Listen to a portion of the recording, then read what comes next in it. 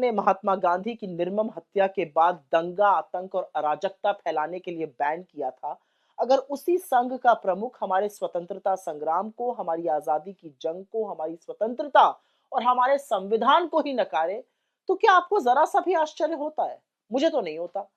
मुझे दुख जरूर होता है, और इस बात का दुख होता है कि इस देश में इस कदर नफरत फैला दी गई है, ऐसा माहौल बना दिया गया है कि आज मोहन भागवत जैसे आदमी की हिम्मत है कि वो इस देश की आजादी पर सवाल उठाकर ये कह सक रहे हैं कि हम 1947 में आजाद ही नहीं हुए थे। अच्छा, अगर आजादी नहीं मिली तो स्वतंत्रता की लड़ाई किससे लड़ी गई, क्यों लड़ी गई?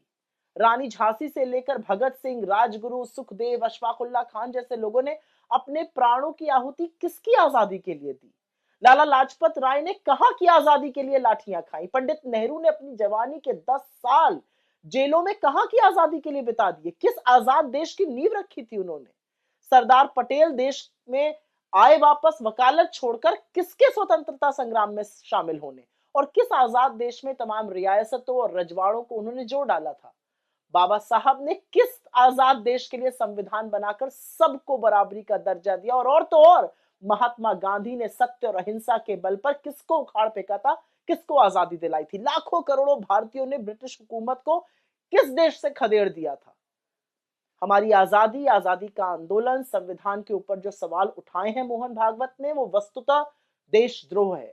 इनकी दिक्कत यह है कि आजादी में इन्होंने अपनी छोटी उंगली का नाखून तो कटाया नहीं, पूरे आंदोलन में इनका कोई योगदान नहीं था, ये तो मखबूरी कर रहे थे, माफीनामे लिख रहे थे, इसलिए ये उस इतिहास को ही नकार देना चाहते हैं।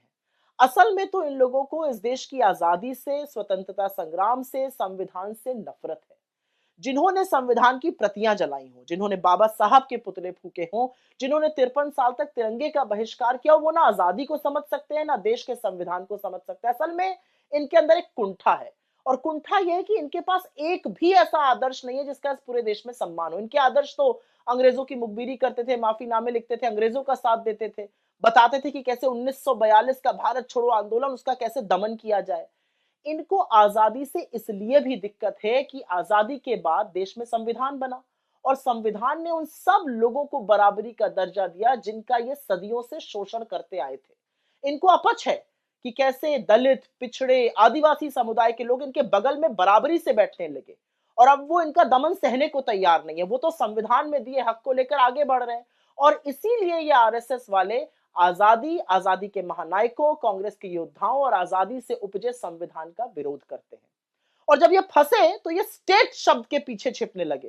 क्या गलत कहा है राहुल गांधी ने? बिल्कुल ठीक ही तो कहा है। हमारी लड़ाई पूरे तंत्र से है, उस स्टेट से है जिस पर पूरा का पूरा संघ काबिज है। एक निरंकुश सरकार से है। मूर्ख भाजपाइयों को राष्ट्र और स्टेट में अंतर नहीं पता है। स्टेट निकम्मी सरकार, भ्रष्ट नौकरशाह, संघियों से भरी एजेंसी, और 100% हमारी लड़ाई उनसे है जो हम पूरी शिद्दत से लड़ रहे हैं। अरे कुछ नहीं तो संविधान का आर्टिकल 12 ही पढ़ लिया होता, उसमें आपको पता चल जाता कि स्टेट का मतलब कुछ और है, राष्ट्र का मतलब कुछ और है। लेकिन एक बात माननी पड़ेगी कि राहुल गांधी जैसी वैचारिक स्पष्टता और किसी में नहीं है। उन्होंने बिना संशय के इस देशद्रोही वक्तव्य को वो बुलाया जो बुलाना चाहिए था। असलियत तो ये है कि मोहन भागवत ने यह वक्तव्य 48 घंटे पहले दिया था। सुई टपक सन्नाटा छाया हुआ था, मीडिया भी सोया हुआ था, विपक्ष भी शांत था। जब राहुल गांधी ने इस बारे में बात करी तब सब लोगों ने इस पर बोलना शुरू किया और मोहन भागवत की कलई खुलने लगी।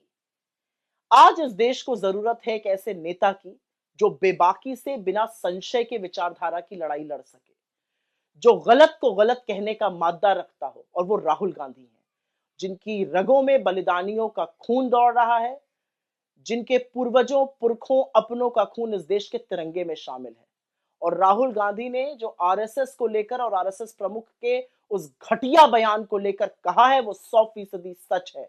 इस देश की आजादी पर सवाल उठाना देशद्रोह है, उससे इतर और कुछ नहीं।